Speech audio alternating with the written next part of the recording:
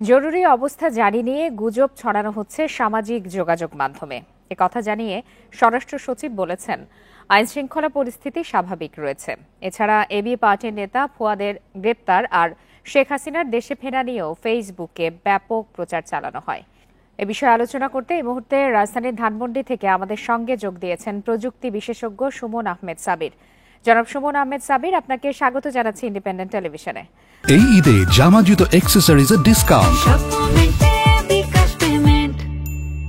আপনার কাছে একটু শুরুতেই জানতে চাই যে এটি কিন্তু শুধু গত রাতের ঘটনা নয়, সাম্প্রতিক সময়ে ফেসবুকের গুজবের কারণে মানুষের ঘুম হারাম হয়ে গেছে। এ থেকে পরিত্রাণের উপায় আসলে কি? এই ইন্টারনেটের মধ্যে একটা শক্তিশালী মিডিয়া থাকলে সেটা সবাই যার যার মতো করে ব্যবহারের চেষ্টা করবে এবং সেটা স্বাভাবিক। আর এই বিপ্লব পরবর্তী যে সময়টা, এই সময়টাতে আমরা একটা জিনিস দেখেছি যে গুজবের সবচেয়ে বড় সোর্স হচ্ছে আমাদের পার্শ্ববর্তী দেশের মেইনস্ট্রিম মিডিয়ার একটা বড় অংশ, যারা প্রতিনিয়ত গুজব ছড়াচ্ছে।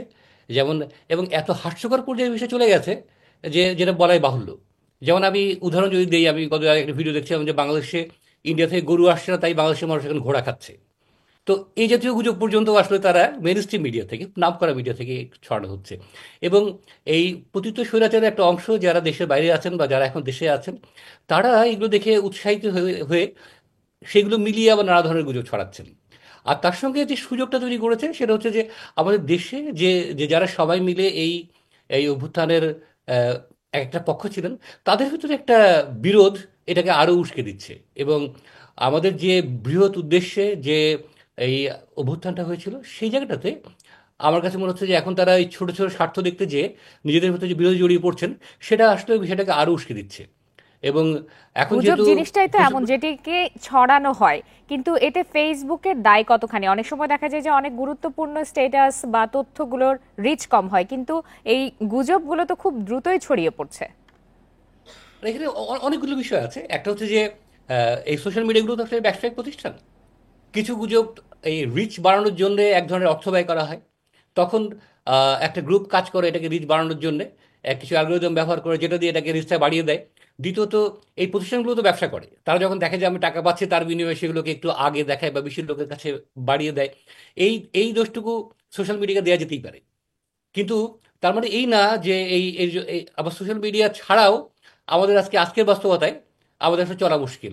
এখানে মূল যে বিষয়টা সেটা হচ্ছে, আপনি যে বললেন যে বাঁচার পথটা কি, বাঁচার পথটা হচ্ছে এই সোশ্যাল মিডিয়াতে আমাদের প্রত্যেকের দায়িত্বশীল আচরণ করা। আর সোশ্যাল মিডিয়া কিছু দেখলেই সেটা সত্য ভেবে নেওয়া এবং সেটা নিয়ে উদ্বিগ্ন হয়ে পড়া, আবার সেটা নিয়ে খুব উল্লসিত হওয়া, দুটো কোনোটাই আসলে কাম্য নয়।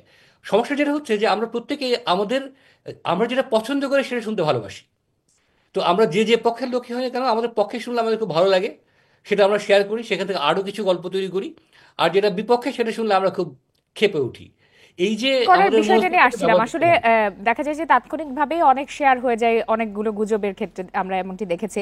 কিন্তু আসলে কোনটি সত্য আর কোনটি গুজব, সেটি চিহ্নিত করার কোনো ধরনের সুযোগ রয়েছে কিনা সাধারণ মানুষের? এখানে সাধারণ মানুষের জন্য একটু কঠিন বিষয়টা, কোনো সন্দেহ নেই।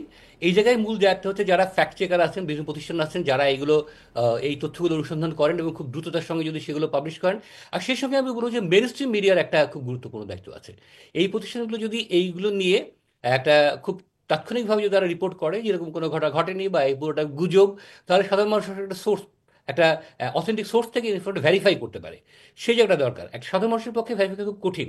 আমরা যারা প্রযুক্তির লোক আমরা তো আসলে সেটি ভেরিফাই করার জন্য যথেষ্ট সময়ের প্রয়োজন হয়, তাৎক্ষণিকভাবেই দেখা যায় যে অনেক বেশি ছড়িয়ে পড়ে। এই জায়গাতে আসলে আমাদের যারা ব্যবহারকারী, আমাদের আসলে একটু একটু ধৈর্যশীল এবং একটু দায়িত্বশীল হওয়া উচিত। এর বাইরে আসলে খুব সহজ কোনো সমাধান নেই যেটা থেকে এখান থেকে আমরা আসলে বেরিয়ে আসতে পারবো।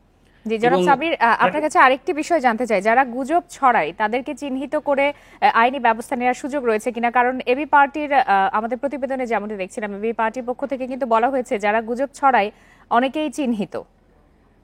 না, কোনো সন্দেহ নেই। মানে আমি আমি নিজেই এই গতকাল সকাল সকালে ঘুম থেকে ওঠার পরে এসব গুজব দেখে কারা ছড়াচ্ছে একটু খোঁজ করলে আইডেন্টিফাই করা যায় আসলে এই মার্কগুলো কারা এবং তাদের আগে তাদের আচরণ কি ছিল। এবং দেখবেন যে একটা সার্টেন সময় তাদের কোনো পোস্ট নেই, আগে ছিল, এখন আবার তারা ফেরত আসছে। তো এটা দেখলে আসলে বোঝা যায় কারা এই কাজগুলো করছে। এই জায়গাটাতে আসলে একটু সতর্কতা। আরেকটা হচ্ছে যে যারা এখন এই মুহূর্তে যারা মেন স্ট্রিম রাজনীতিতে আছেন, সেটা ছাত্রপক্ষ হোক বা অন্য রাজনৈতিক দল হোক, তাদেরও আসলে দায়িত্বশীল আচরণ করা উচিত।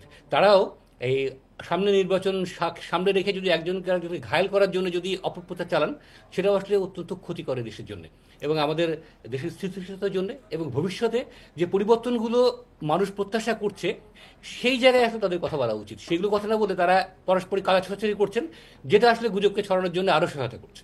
আপনার কাছে একটি বিষয় একটু সংক্ষেপে জানতে চাই যে সামাজিক যোগাযোগ মাধ্যম গুজব ফিল্টার করতে পারে না নাকি করতে চায় না? কিছুক্ষণ আগেও আপনি বলছিলেন যে এটি একটি ব্যবসা।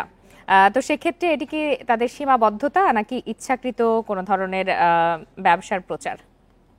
কিছুটা সীমাবদ্ধতা ডেফিনেটলি আছে, কোনো সন্দেহ নেই। কারণ কোনটা গুজব কোনটা গুজব না, এটা তারা ভেরিফাই করার জন্য তাদের কিছু অটোমেটেড টুলস আছে যেগুলো তারা ব্যবহার করে। আবার কিছু মানুষ পেছনে আছে যারা আসলে একটু বেশি অভিযোগ গেলে সেগুলো আবার তারা হিউম্যানলি ভেরিফাই করে। তো এগুলোও কিন্তু সময় সাপেক্ষ, এটা যে খুব দ্রুত করা সম্ভব তাও কিন্তু না। তো এই চ্যালেঞ্জটা কিন্তু আসলে সোশ্যাল মিডিয়া আছে। আরেকটা হচ্ছে যে ব্যবসায়িক জায়গা, আপনি টাকা পাচ্ছি কাজে এটার আমি রিচ বাড়িয়ে দিচ্ছি, এটা সব সোশ্যাল মিডিয়া এই কাজটা করছে। এবং যেখান থেকে আসলে আমাদের খুব সহসা মুক্তি আছে বলে মনে হয় না। এখানে মূল যে বিষয়টা হচ্ছে আমরা যারা ব্যবহার করি আমাদেরকে আরেকটু সচেতন হতে হবে। এর বাইরে আসলে বড় কোনো সহজ কোনো সমাধান আমাদের কাছে নেই। জি, সুমন আহমেদ সাবির, আপনাকে অনেক ধন্যবাদ আমাদেরকে সময় দেওয়ার জন্য।